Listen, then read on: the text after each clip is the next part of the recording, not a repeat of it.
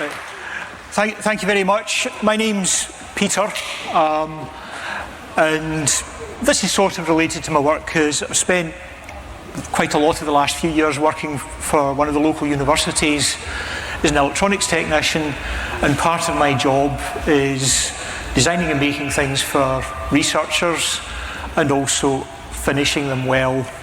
Now, I'm sure we've all half-finished things. Sometimes some of the things that the social media influences show us are actually quite dangerous, because I actually saw somebody who had, here's my bench power supply. It's lethal, it's unreliable, don't do it.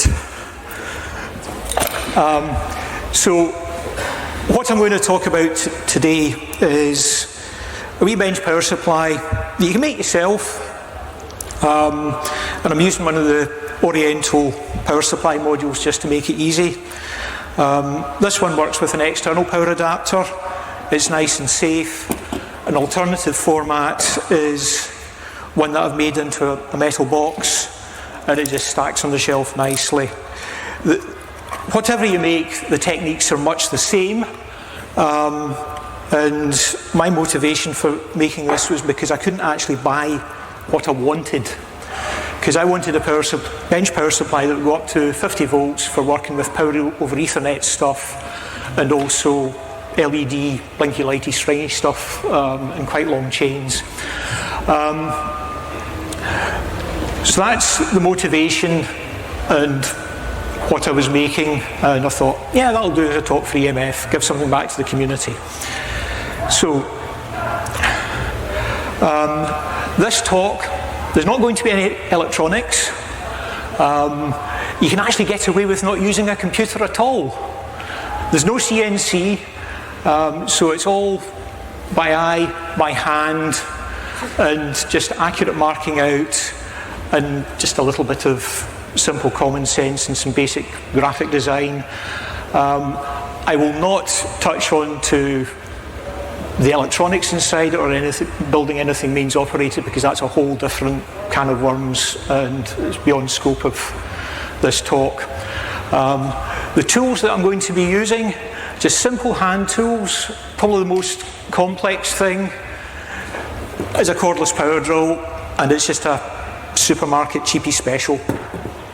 So some files, some clamps, plenty of paper, and a wee DIY workbench. So it's no big workshop. You know, I'm not a YouTuber sponsored by so-and-so, and I've got all my loot as the backdrop. I'm in a tent in the field. So once we start making things and looking at the boxes, really all we're trying to do, and fundamentally the process, is putting holes in the right place for you to mount your bits in. And they're usually circular or rectangular. Square's a special case of rectangular. So that's all we need to do. Then once we've got all the holes in the correct place, then we can sort out making it tidy. So that's the process that we're looking at. So this is me telling you what I'm going to tell you. So get all the bits that you need, lay them out roughly on a bit of paper. Don't buy the box first, buy the box last, because inevitably something will happen and you're not going to get what you want. So as an example, no idea how this is going to work with the close-up camera, but if you get the bits that you're going to use. So I've got a power supply, a switch, and some terminals. And you can just move them around till you get something that you like the look of. Right. take it as read. So you get something that size, measure it, then once you've done that, you could do it all CAD with 3D modelling and all the rest, but no, we're keeping it simple. So lay out the parts on the front, lay them out. So that's an example. So I've got a front panel. I've also got an internal layout that I have to consider, because I've got the power connector in the back, I've got the power supply in the bottom, so everything needs to fit front to back without getting in the way of each other. So what I did was I've laid out the parts, and then from that chose a box, and similarly this one, again, lay out the parts and choose the box. Choosing the box is actually quite hard. So I've kind of drifted into the next slide, and I'm trying to think. Yeah, so I've talked about all the things that we need. Later on in the process, when we're tidying it up, we can use a label machine. For a really scrappy, one-of-a-kind, that was made for one project, but it's still got the features. And then you can do a nice one like this. So that's the process. And also some sharp knives and some drills are needed as well. The other tool that is probably quite useful, we've all probably seen a hacksaw, we know what they are, but you can actually get a rod file blade, which is actually really good for doing freehand cutting in sheet material. And it's a lot easier to use than a big fat hacksaw blade that you've probably seen and used. Double-sided sticky tape or spray glue, some masking tape, and if you can, use of a printer and an office laminator, and you can make it. And that's how this lot was made. And then nuts and bolts and everything to put it together. One of the things that we do have to consider, you're using sharp things, you're using pointy things. So make sure you've got a simple first aid kit and clean water, because you're not going to cut yourself, you're not going to hurt yourself, but you will eventually. So have the tools to hand, and also make sure you know how to treat the inevitable cuts and gashes that you're going to give yourself. Your work table that you're working on must be stable. If it's wobbly, it's going to be dangerous. Decent lighting as well obviously helps, and you're probably also going to be... No, I don't want you now. You're also going to be using some sharp knives, so I've just put them in a tub like that just to keep them safe. The knives, for the lighter cuts you can use a scalpel, for the heavier cuts use a box cutter or something like that. You need to be careful disposing of the old blades. Okay, if you're in a place of work you'll probably have a sharps bin. If you're doing it at home, probably the best thing to do is an old soft drinks can, put the blade in and crunch around the lid so that the blade's not going to get out and it's not going to hurt anybody who's handling the trash bag. Again, on a workbench, you're going to drop things and all the rest, so make sure you've got shoes that cover your feet. Sandals and flip-flops are a no-no. So, as I scroll down my notes here, the other thing that we're going to be using is a power drill. Okay, it's a cordless power drill. It's not particularly powerful, it doesn't go particularly fast, but if you misuse it, even accidentally, you're going to hurt yourself.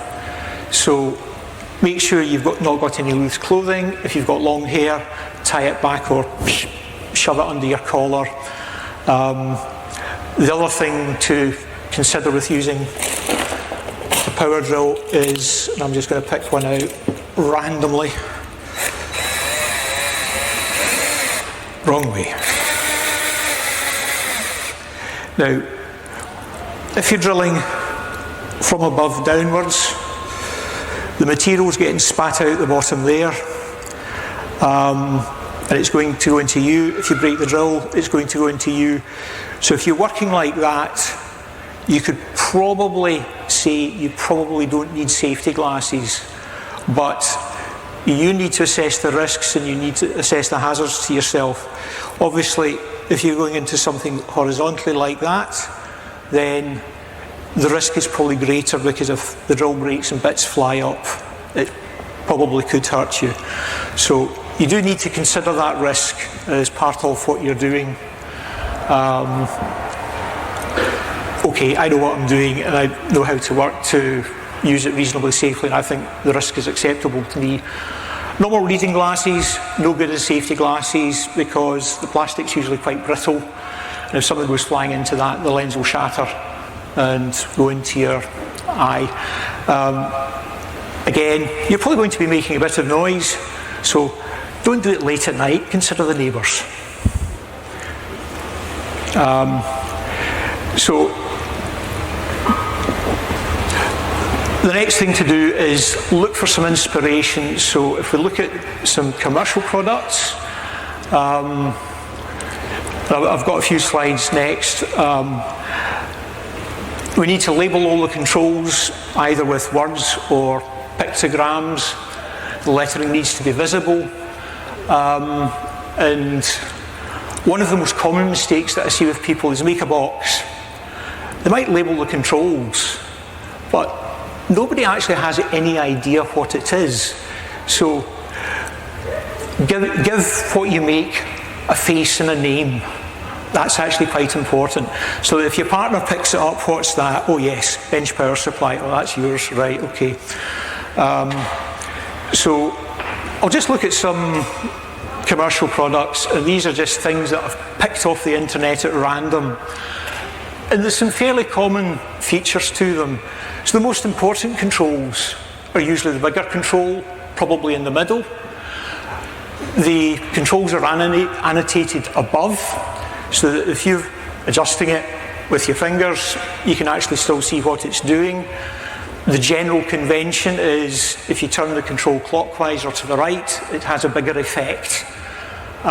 These are kind of conventions that we have. Unfortunately, it's a right-handed world that we live in, so the microwave oven shown there is designed for a right-handed person. All these things, the power switch is usually the bottom left-ish, and the process generally goes from left to right across the front of the product. There's some more. An example of very, very poor ergonomics is the calculator watch. Yes, they can make them, but you can't actually push the buttons. You need a pen or something like that to work it. The audio amplifier at the top's nice and simple. Power on the left, volume control on the right, and a few minor controls in the middle. Nice and simple. We've got two oscilloscopes, the old-fashioned one there. The screen's in the middle because of physical layout issues inside the instrument, but the Y channel controls are on the left-hand side, the X channel, or the time-based controls are on the right. Again, power in the bottom left, and a more modern one there as well. And again, it's a similar workflow. One of the highlights of this is the controls in groups, so there's a border around the groups just to bundle them together. All these have the manufacturer's name, and they've also got what it is, apart from probably the Cambridge audio thing, but you know, two oscilloscopes and a quartz watch, and some more modern items. So we've got a wee handheld radio. So the important controls are on the top, so you can use them when it's in your pocket. The multimeter, again, the biggest controls in the middle, the most important one. And if you're holding it in your hand, the leads come out the bottom, displays at the top nice and easy. And then, last but not least, we've got the modern mobile phone, and you can do whatever you want because it's all done in software. And some of the applications that you get in the mobile phone, the ergonomics of them are not great. So coming back to what we're making, so we're making a power supply, we're going to put it in a box. We do have to consider how much heat's generated inside it. So if it's a few watts, say up to about 10 watts, probably a plastic box. That kind of size you get away with. If it's anything more than that, you'd probably have to consider putting a fan or something like that in to help the air go through it. When we're actually building what we're building, one of the things that we have to consider is the part fitted from the front, so that power supply module's pushed in from the front, but the terminals are bolted on from the back. And that does influence what we do and how we lay it out. One big no-no is don't use self-adhesive fixings, don't use hot melt glue, because I promise you in 6 months' time it will fall apart. So nuts and bolts through things, please. That way it lasts longer. Yeah, so I said all I want to say for that slide. The other thing that we need to consider is sometimes we need nuts and bolts not to sit. Let's just see if I can use this close-up camera here. Right, so there's a, if the video guys can push the buttons. Hey, thank you. So there's a bolt sitting up, proud of the surface there. It's not an issue there. But if we turn it over, and on the bottom side, this is the bottom side that's going to be on the table. So we want the surface to be smooth, so we've used bolts with a countersunk head so they can sit flat to the panel. This power supply doesn't have it. If we can go back to the normal screen, please. But sometimes you need fixings through from the front to hold something on, and it needs to fit behind what you're labelling. So again, you'd use countersunk head bolts for that. When it comes to finishing, I said we've got a choice of doing something quick and ugly with a labelling machine, or something nice like that. I'll cover both of them because getting all the bits in the right place, it's the same process, it's just how we finish it.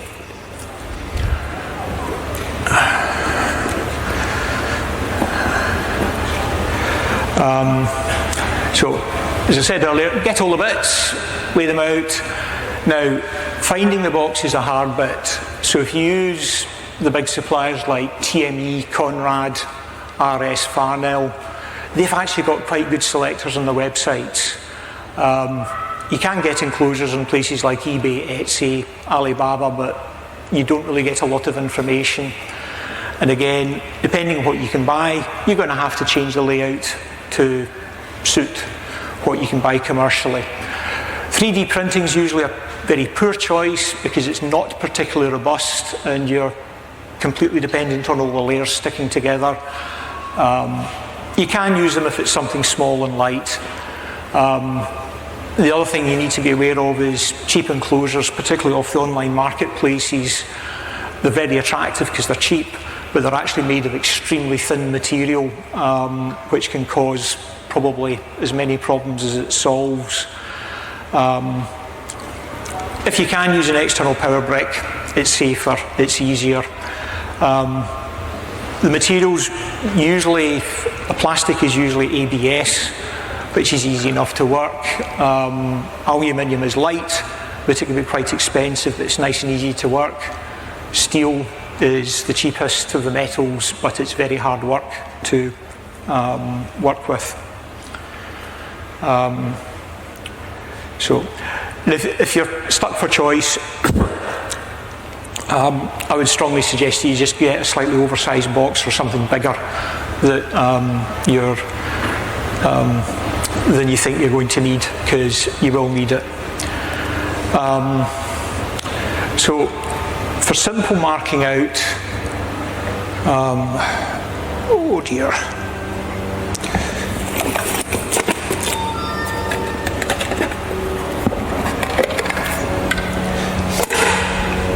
So a box lid like that. To be honest, put some masking tape down on it, or decorator's tape. A joiner square and a rule, and off you go.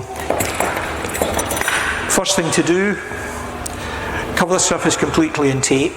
Then you can draw on it. You're not going to damage the finish. Best thing to do is draw a centre line top to bottom, centre line left to right. Once you've got that in place, then you can put lay stuff out and mark the centres, mark the squares, and try and get everything in proportion so it looks good. Sometimes, depending on what you're doing, centre and centre may not be enough, and you may have to subdivide it. Do that. When you're marking stuff out, I'll show you later on. Mark the sizes in the holes so that when you do actually come to start drilling them, you do actually get the right size of hole. And again, marking circular holes, marking rectangular holes, it's the same process. So the other way of doing it is use graphic design software, and this is the only time you'll use a computer in the process. I use Inkscape. It's free. It's got a few foibles, but again, I'll just show you the process now. I'm not going to do it live. I'm just going to go through some slides. So if we start with the outline of the front panel, so I'm just going to use the box here. So we've got rectangle that size. Mark the centres. And then start with the biggest component, which is the power supply module. Mark the hole that you're going to cut, or put the hole that you're going to cut, make it a rectangle. Put a border around it so that, because the outside that you see is bigger than the hole in the middle. And again, put some centre lines in. And just to remind yourself, so there's no stupidity to it when you come to it later, put the size of the hole in it. And then place it on the panel, and I've changed the image size as well. So that's the most important part, put that central. And then the other bits and pieces, so there's a power switch to go on, and a banana jack, 4mm terminal, call it what you want. And again with this one, the hole that I cut in the panel was 7mm, and the outside diameter I think was 13mm for that. Just to remind ourselves. And then there's two of them. In the case of a power supply, convention is you put the terminals 3/4 of an inch or 20mm apart. That's a good size for being easy to use. I've done them vertically. You can put them horizontally if you want. And then we've moved them to where we're going to put them in the panel. In this case, I've put them, the centre line of that halfway between there and the panel edge, and the switch is centred as well. Sometimes you may want to fiddle with that, depending on how big the edge in the box is. And then label it. So that's nice and easy. Input power, output power. Right. Give it a name, give it a title. So it's a bench power supply, but hang on, need to make that a bit bigger. That's a bit more important. And just put it central so it looks the part. And then in the bottom, just put what it is, or the limitations of it, in that case, just to remind me. So we have this image. Now, we're going to use this image twice. We're going to use it as is, glued onto the bit of metal as a template, which is what that is. But later on in the process, if we take out all the construction lines, and all the guidelines, this is actually what you're going to see as the finished product. So the one drawing does double duty. So in this case, print it onto white paper. Where's the prop? So I've just got a bit of scrap aluminium here. So the first one, that was drawn by hand. No, there's too much glare. Oh, thank you. So just drawing all the lines, the centre lines and everything else, and that's doing it by hand. And if I turn it round, this is a printed version of what I've done, and this is actually various stages through the process. And actually, I'm running out of time, so I can't show you the details. But so the other thing to remember is just taping the edges down is not good enough, because it will get ripped up as you put drills through it.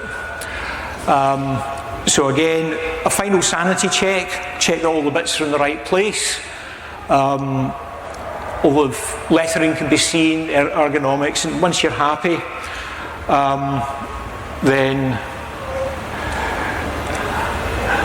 this is the point of no return, because what we need to do then is, I'm just going to have to describe it because I'm running out of time here. So rather than drag a vise around, I've just made that, and with a clamp it onto the bench and clamp it in. So if our friends with a video camera, okie dokie, right. So what I've done is mark the centre, then I've drilled a small hole in the centre, and then I've drilled the hole bigger. It's quite acceptable to work your way up the sizes. The odds are if you actually go straight for the finished size, because you're doing it by hand, it's going to wander and go into the wrong place. And then that's the finished hole. And again, with the rectangular hole, I've just started off with a small round hole, then a bigger round hole, but not going over the lines. Because the problem with all of these is you can take metal off or plastic off, but you can never put it back again. So it's gently, and then once the hacksaw's gone round, it'll be quite a rough edge. Then with a fairly chunky file, again, supermarket centre aisle stuff, we just keep filing out to the line. And then once we get there, we're just trying to fit the part, and that's just not quite enough. So again, a quick tidy up with a file, and then that's the finished hole. And I'm not going to dismantle that, but then that will fit in there. So that's the process at that point. When you're drilling, always support behind it, so that when the drill breaks through, there's some solid material behind it, because otherwise it's going to snatch and everything goes messy. Similarly, when you're filing from the front. Again, you'll probably need to change where the part's clamped just to hold it in place. So start small, work your way up. If the drill starts to wander, tidy it up with a file. All it's going to do is cost you time, but you'll get there. Tidy up the edges now. Again, our friends. So the first holes, there's quite a mess behind it where the drill and the file's broken through, and then at the end of the process, again, a quick tidy up, and then that's finished and ready.